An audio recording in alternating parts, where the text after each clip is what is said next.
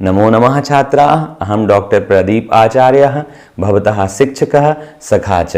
अद्य वयं व्यायामः सर्वदा पथ्यः। व्यायाम हमेशा स्वास्थ्यप्रद है, स्वास्थ्य के लिए लाभदायक है इति पाठं पठिष्यामः।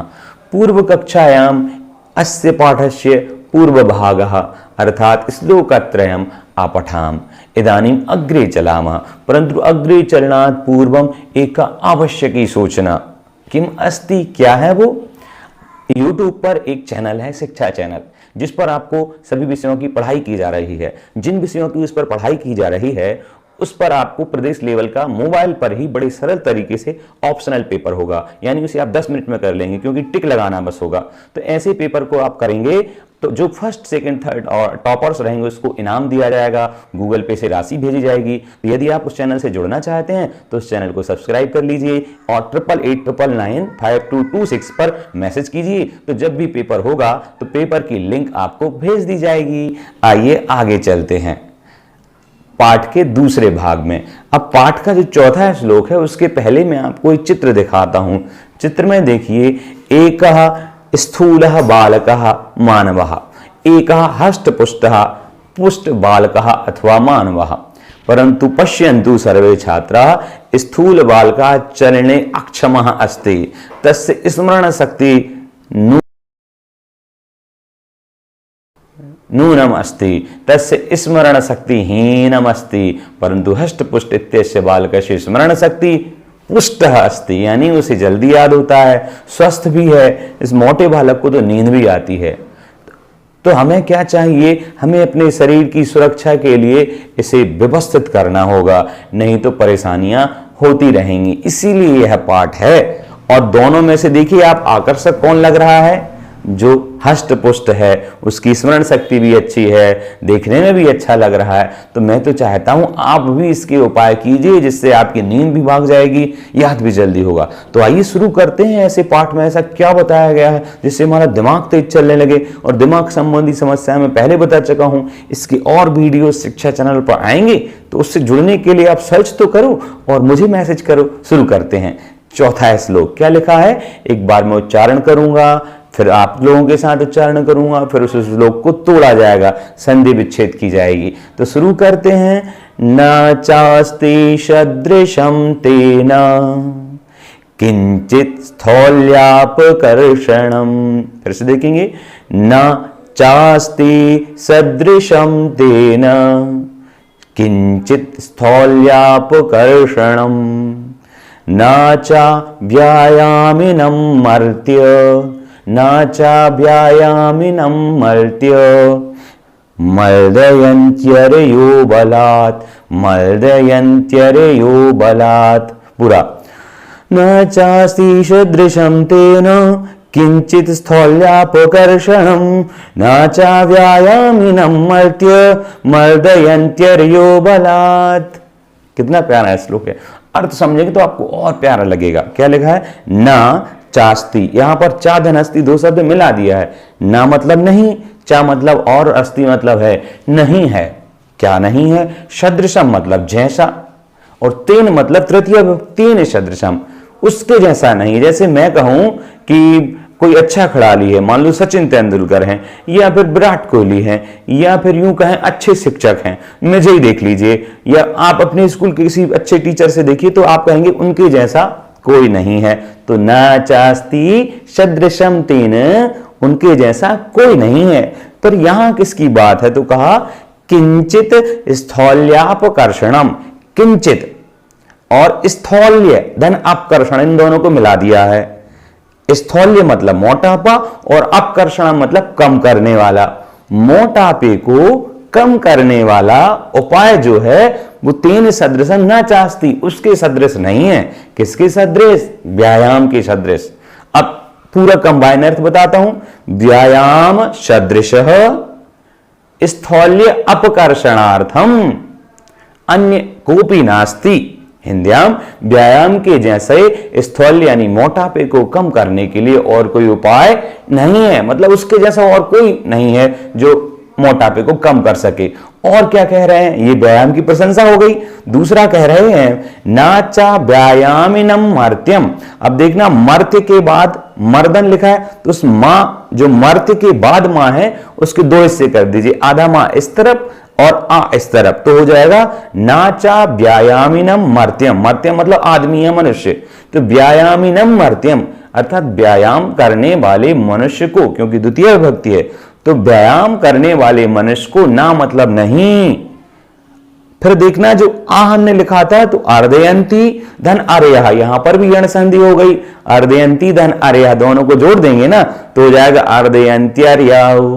तो उस व्यायाम करने वाले मर्त्यम मतलब पुरुष को ना मर्दयंती नहीं मीड़ सकते हैं। मीड़ना से मतलब है कुचल सकते हैं, दबा सकते हैं। कौन? अर्यो। अरि का शब्द बना बहुवचन में अर्या। अर्या मतलब शत्रु। तो ऐसे व्यक्ति को शत्रु भी नहीं मर्दित कर सकते हैं या कुचल सकते हैं। किससे? बलात् मतलब बल से। यानी और कोई तरीका अपनाए, बहुत सारे लोगों को कुछ उपयोग करके या सत्ता का उपयोग करके उसे दबाने की कोशिश कर लें, परंतु बलात् अर्थात बल से, अर्या मतलब शत्रु, शत्रु बल से व्यायामिन मर्त्यम व्यायाम करने वाले पुरुष को न अर्दयंती नहीं दबा सकते, नहीं कुचल सकते या उसका कुछ भी नहीं कर सकते। सोचिए व्यायाम कितना जरूरी है। और आगे चलते हैं, क्या होता है ये श्लोक समझ में आया कि व्यायाम करने के कितने फायदे हैं। व्यायाम करने वाले पुरुष को कोई भी हरा नहीं सकता, दबा नहीं सकता, और उसके जैसा कोई नहीं है जो मोटापे को कम कर सके। और मैं बताऊं इस श्लोक से समझ के कि दुनिया में अगर कोई मोटा व्यक्ति है बहुत ज्यादा, तो उसका सबसे बड़ा शत्रु वही मोटापा ही है, क्योंकि वो तेज नहीं चल सकता, कहीं बस में जा रहा है बस में ही फंस जाएगा। तो ऐसे व्यक्ति से बचना चाहिए। और मैं तो कहूं थोड़ा भी मोटा कोई व्यक्ति है तो व्यायाम शुरू करे। अच्छा एक और बात, मोटे नहीं हो तो भी व्यायाम करना चाहिए, क्योंकि इससे शरीर स्वस्थ रहता है, दूर भागते हैं रोग। अगला श्लोक चलते हैं, क्या कह रहे हैं। न चैनम सहचाक्रम्य जरा शमधिरोहति स्थरी भवति मांसम च व्यायामाभिरतस्य च। एक बार पूरा पढ़ेंगे। न चैनम सहचाक्रम्य जरा शमधिरोहति स्थरी भवति मांसम च व्यायामाभिरतस्य च। अर्थ देखते हैं। न चैनम, चैनम में भी वही दो शब्द थे, जैसे चादन आदि चादी बन गया था, तो चादन एनम। तो ना मतलब नहीं, चा मतलब और बात कर रहे हैं कि व्यायाम करने वाले के साथ और क्या क्या है बात। तो कहा ना चा और नहीं, ऐनम मतलब इसको, द्वितीय व्यक्ति, ऐसे व्यक्ति को अर्थात व्यायाम करने वाले व्यक्ति को सहसा, सहसा मतलब अचानक, आक्रमण मतलब आक्रमण करके, ऐसे व्यक्ति को अचानक आक्रमण करके, जरा, जरा मतलब बुढ़ापा। आप देखो जो ऐसे होते हैं ना, धूम्रपान करते हैं, नशा करते हैं, व्यायाम नहीं करते, शरीर का ध्यान नहीं रखते, वो ऐसे लगते हैं जैसे बूढ़े हो गए, जवानी में ही कम दिखने लगेगा, चश्मा बड़े नंबर का चश्मा लग जाएगा, चलने में समस्या होगी, जल्दी थक जाएंगे। उन्हीं के लिए कह रहे हैं कि अगर व्यायाम करोगे तो कहा एनम ना चा एनम, ऐसे को, एनम मतलब ऐसे को, ऐसे को मतलब जिसकी हम बात कर रहे हैं। तो ऐसे व्यायाम करने वाले पुरुष को सहसा अचानक से आक्रम्य मतलब आक्रमण करके, कौन? जरा मतलब बुढ़ापा, समाधिरोहति आरोहित नहीं करता है, यानी यहां अधिरोहति से करने का मतलब है नहीं आता है। कौन नहीं आता है? जरा। सम अधिरोहति, एक तरह से अधिरोहति से मतलब चढ़ जाना, आक्रमण करने के लिए। तो जरा अचानक से आक्रमण करने के लिए, ऐसे पुरुष को आक्रमण करने के लिए नहीं आती। सबसे पहले लेकर ना, एनम मतलब ऐसे को, अर्थात व्यायाम करने वाले को, व्यायाम करने वाले पुरुष को अचानक से जरा नहीं आती। आगे क्या कहा? स्त्री भवति मांसम, और ऐसे व्यक्ति के लिए स्त्री भवति मांसम, मांसम स्त्री भवति। ठीक है, मतलब ऐसे नहीं कहीं का कहीं भाग रहा है, ग्वाल ऐसे फूल गए हैं, गला भर गए, ऐसा नहीं होता। कैसा होता है? मान स्त्री भवति मांसम च। और क्या हुआ? किसके लिए कह रहे हैं? अंत में बताया व्यायाम अभिरतस्य च, व्यायाम धन अभिरतस्य। तो व्यायाम और अभिरत दोनों में दीर्घ संधि हो गई। तो व्यायाम में अभिरत अर्थात व्यायाम में रत व्यक्ति का स्त्री भवति मांसम, जो मांस है वो स्थिर हो जाता है और उस पर बुढ़ापा जल्दी से आक्रमण नहीं करता है। क्योंकि बुढ़ापा तो सबको आता है, पर इन लोगों का बुढ़ापा जो होता है वो ऐसे नहीं होता कि जल्दी आ गया और परेशान करने लगा, बुढ़ापा अब दिख नहीं रहा। इन लोगों को बुढ़ापा आता है, शारीरिक लक्षण तो दिखते हैं पर मेहनत नहीं, हिम्मत नहीं टूटती है, वह बुढ़ापे की बात है। ये हमने श्लोक पढ़ा। आइए आगे का श्लोक क्या कह रहे हैं देखते हैं, पढ़े। व्यायाम शून्य गात्रस्य, व्यायाम शून्य गात्रस्य पद्भ्यामुद्वर्तितस्य च, पद्भ्यामुद्वर्तितस्य च व्याधयो नोपसर्पन्ति, व्याधयो नोपसर्पन्ति वैनतेयमेवोरगाः, वैनतेयमेवोरगाः, वैनतेयमेवोरगाः। एक बार मैं पूरा पढ़ रहा हूं।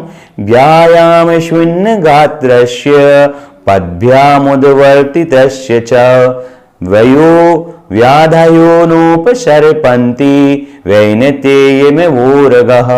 इसी की एक और पंक्ति दी है एक्स्ट्रा, हो सकती है इसको भी हम पढ़ सकते हैं द्वितीय पंक्ति के बाद। तो लिखा वयोरूप गुणैर्हीन, वयोरूप गुणैर्हीन मपि कुर्यात् सुदर्शनम, वयोरूप गुणैर्हीन मपि कुर्यात् सुदर्शनम। तीन पंक्तियां थी, तीनों का अर्थ समझते हैं। क्या लिखा, व्यायाम शून्य गात्रस्य। व्यायाम तो सब समझते हैं, शारीरिक का मेहनत, शरीर का परिश्रम ही व्यायाम था, शरीर की परिश्रम का काम ही व्यायाम जो है। तो कहा व्यायाम जो करने वाला व्यक्ति है उसके लिए कहा व्यायाम से शून्य गात्र से, अर्थात व्यायाम से भीगा हुआ, व्यायाम के पसीने से भीगा हुआ। व्यायाम शून्य गात्र से, व्यायाम के पसीने से भीगे हुए अंग, गात्र मतलब होता है अंग, तो व्यायाम से भीगे हुए गात्र से, अंग वाला। और क्या लिखा, पद्भ्याम, इसको भी अलग अलग करेंगे तो हो जाएगा पद्भ्याम उद्वर्तितस्य च, पद्भ्याम उद्वर्तितस्य च, पद्भ्याम और जो मुंह है उसका ऊ हो जाएगा, तो पद्भ्याम उद्वर्तितस्य च, ये हुआ। पर अब मैं आपको बताऊं ये क्या मतलब है। तो व्यायाम भी कहा, व्यायाम शून्य गात्र से, व्यायाम से व्यायाम के पसीने से गीले हुए अंग वाला। पर कैसा व्यायाम ये बता रहे हैं, ऐसे नहीं कि हाथ ऐसे कर लिए बस, फिर ऐसे कर लिए हो गया व्यायाम, ऐसे नहीं। कहा पद्भ्याम उद्वर्तितः से च, मतलब पैरों से, पद्भ्याम मतलब पैरों में पंचमी विभक्ति हो गई, पद का पद्भ्याम, द्वितीय पंचमी विभक्ति द्विवचन।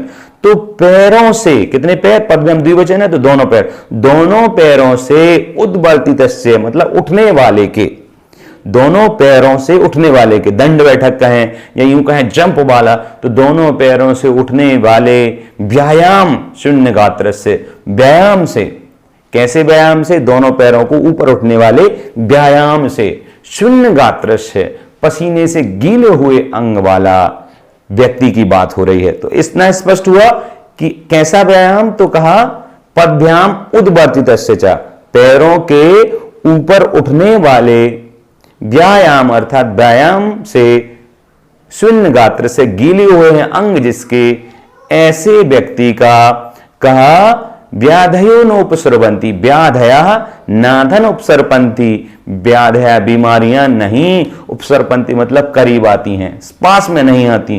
कैसे पास में नहीं आती हैं, वैनतेय एव उर्गा, इसमें तीन शब्द है, वैनतेय धन एव धन उर्गा। वैनतेय का मतलब है गरुण और उर्गा मतलब होता है सर्प। जैसे सर्प गरुण के पास नहीं आता है, वैसे ही व्यायाम करने वाले पुरुष के पास व्याधया नोपसर्पन्ति, व्याधया मतलब बीमारियां पास में नहीं आती हैं। ये पढ़ा हमने। आइए अगला श्लोक देखते हैं, क्या है, व्यायामं कुर्वतो नित्यम विरुद्धमपि भोजनम। अच्छा, एक पंक्ति और छूट गई है, वयोरूप गुणैर्हीनम, अर्थात वयो मतलब युवावस्था या आयु, आयु वयो मतलब आयु, आयु रूप और गुण से हीनम अपि, आयु रूप जिसका आयु धीरे धीरे कम हो बची है, हीन हो गया किससे, रूप भी बहुत अच्छा नहीं है, गुण भी अधिक जिसमें नहीं है, बहुत अच्छी पर्सनालिटी नहीं है। कहा इन सबसे हीन व्यक्ति भी कुर्यात् सुदर्शनम, अच्छा दिखने लगता है, किससे, व्यायाम से। व्यायाम करोगे तो आप अच्छे दिखने लगते हो, ये कहने का मतलब उसका दर्शन सुदर्शन हो जाता है, अच्छा दिखने लगता है। ये इस लाइन का अर्थ था। आइए अगली लाइन देखते हैं क्या लिखी है। व्यायाम कुर्वतो नित्यम, व्यायाम कुर्वतो नित्यम, विरुद्धमपि भोजनम, विरुद्धमपि भोजनम, विदग्धमविदग्धं वा, विदग्धमद्विदग्धं वा, निर्दोषं परिपच्यते। क्या लिख रहे हैं एक बार पूरा। व्यायाम कुर्वतो नित्यम, विरुद्धमपि भोजनम, विदग्धमविदग्धं वा, निर्दोषं परिपच्यते। अर्थ देखते हैं। व्यायाम कुर्वतो नित्यम अर्थात व्यायाम को, कुर्वतो मतलब करना, नित्यम मतलब हमेशा, कुर्वतो करते हुए, तो व्यायाम को करते हुए, नित्यम हमेशा, अगर व्यायाम को हमेशा करते हुए, वृद्धमपि भोजनम एक वृद्ध भोजन भी कर लेते हैं। वृद्ध भोजन से मतलब ऐसा भोजन जो शायद सामान्य व्यक्ति पचा ना पाए या उसे लाभदायक ना हो, उस भोजन करने से कोई रोग होने की संभावना हो, तो उसी के लिए कहा व्यायाम कुर्वतो नित्यम, व्यायाम करते हुए हमेशा, वृद्धमपि भोजनम यदि आप वृद्ध भोजन भी कर लेते हैं तो, विदग्धम अविदग्धम धन दोनों जुड़े हुए हैं, विदग्धम धन अविदग्धम,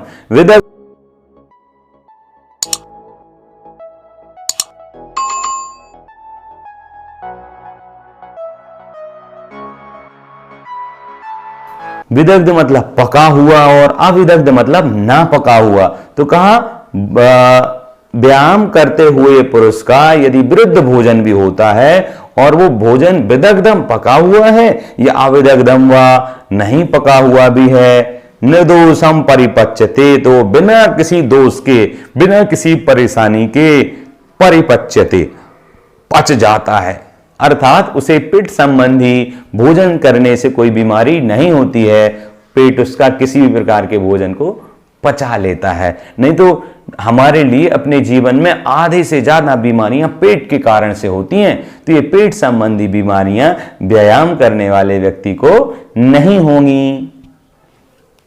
ये हमने पढ़ा।